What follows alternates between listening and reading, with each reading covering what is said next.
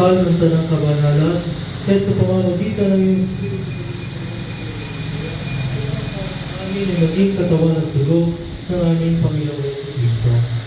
Bago niya pinagtiis ang pusong loob na maging handog, ginawakan niyang tinapay, pinasalamatan kanya, pinaghati-hati niya iyon, iniabot sa kanyang mga lugar at sinabi, tanggapin ninyong lahat ito at kanin.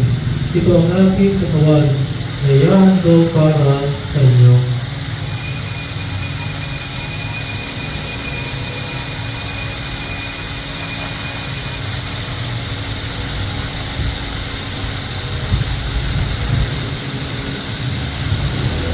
Gayon din naman nung matapos ang hapunan, hinawakan niya ang kalis, muli kanyang pinasalamatan, iniabot niya ang kalis sa kanyang mga alagad at sinabi, tanggapin ninyong lahat ito at inumin.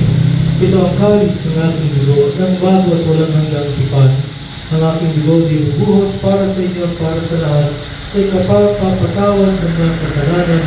Gawin niyo ito sa pag-alaala sa akin.